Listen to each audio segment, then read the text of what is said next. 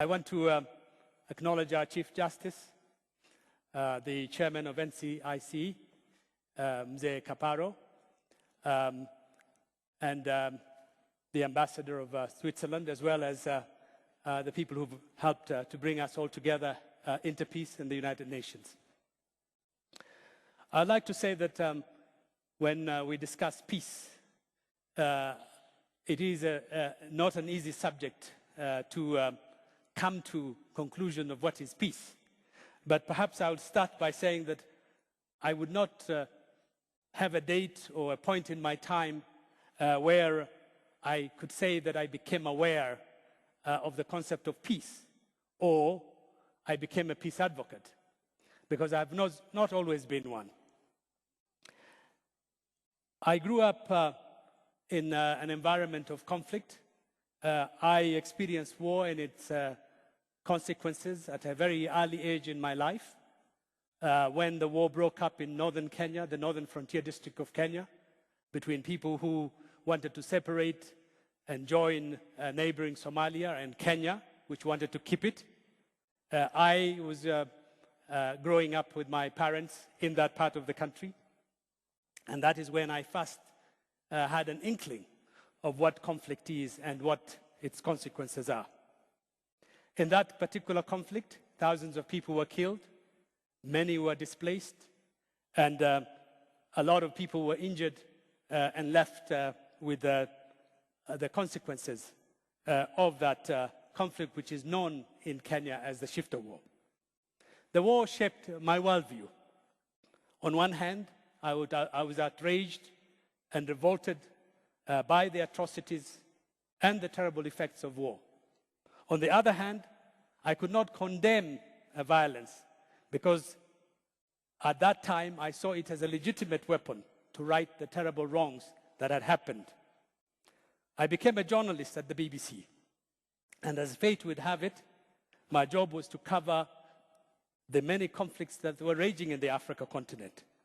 It was here, as an adult, that I first experienced the horrible realities of conflict, while many of these conflicts were sparked by repressive regimes, and people were justified, I would say, to rise up and remove dictators. The consequences that they left were much worse, and people were much worse off than they were before.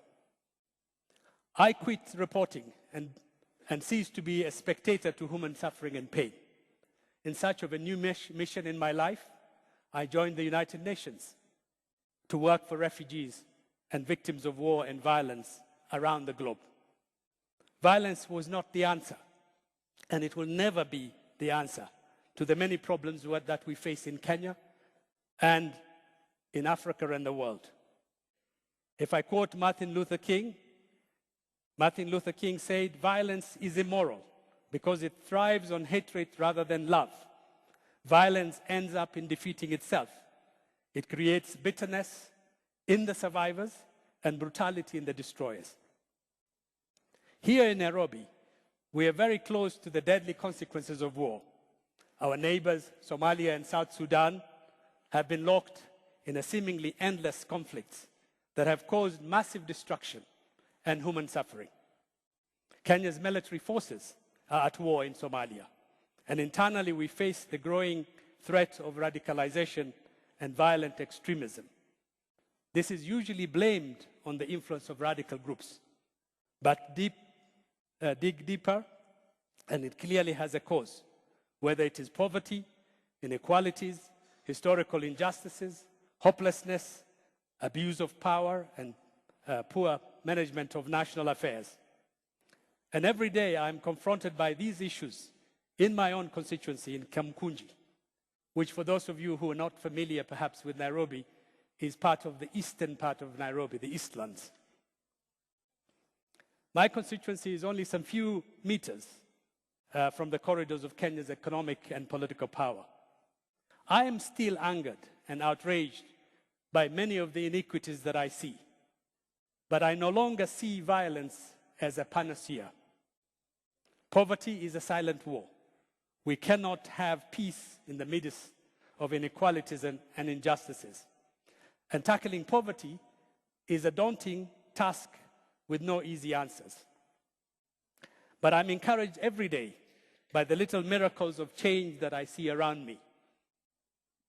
Like the bright, needy girl from Kiambiu, an informal settlement in Eastleigh Section 3 in my constituency, who has got a scholarship to continue her education and become the first woman in her family to go to a secondary school. Like erecting toilets and shower rooms for the residents of Katanga section in Majengo, an incredible improvement in the sanitation and hygiene of that particular community. Like digging a borehole to provide cleaning water, drinking water to the people of Burma. You would think that there is no need to do that in a capital city like Nairobi because of the stories that I've had about Samburu, Turkana and places like that. But we have hidden poverty in our capital city in some of those areas. Like enabling hundreds of young men and women in Kamkunji to train and acquire new skills, to enter the job market and be self-employed. These may be small efforts, but together they mount up. On the 7th of December 2012, an attack outside a mosque in my constituency killed 7 people, including 2 children, and seriously injured me. This despicable act of evil shook my faith in humanity and once again challenged my belief in peace. I was angered by the senseless attack and killings. I felt betrayed and almost lost my trust in humanity. And just like every other victim of oppression and violence, I was filled by ill will, bitterness, and the desire for revenge. But my confidence in humanity was once again restored by the avalanche of support and solidarity, the prayers and the positive thoughts of thousands of Kenyans from all walks of life, across the religious and political divide, Christians, Muslims, and many other people. I could not believe the kindness and generosity of spirit of the people of Kamkunji when on the 3rd of March 2013, as I was lying injured, seriously injured in a hospital, they came out in their thousands to re-elect me as their representative in the National Assembly.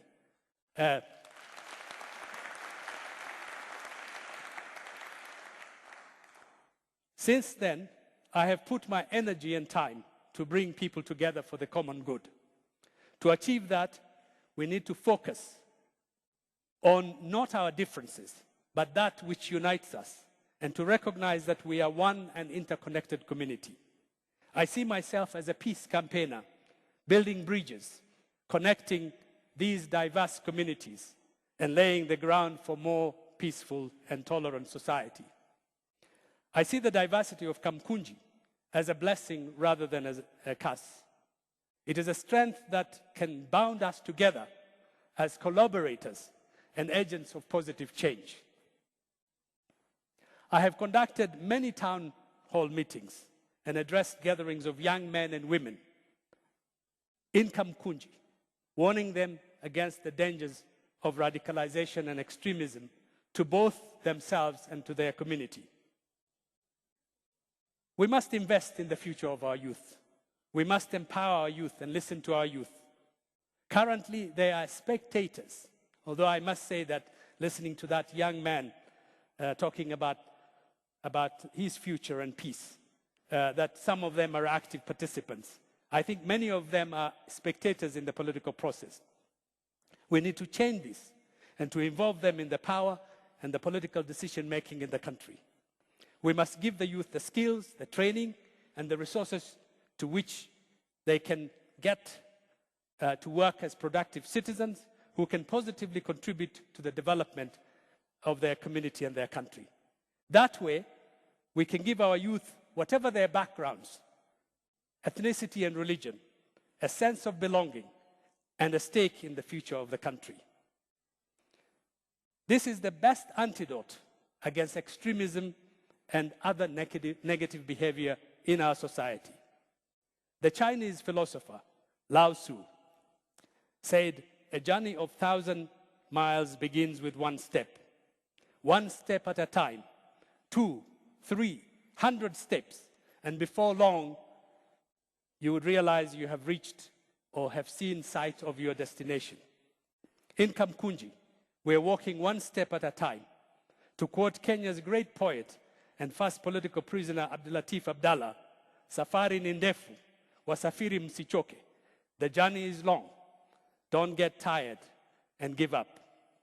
So let's keep on walking, working and moving towards a more peaceful and prosperous future for all. Thank you very much.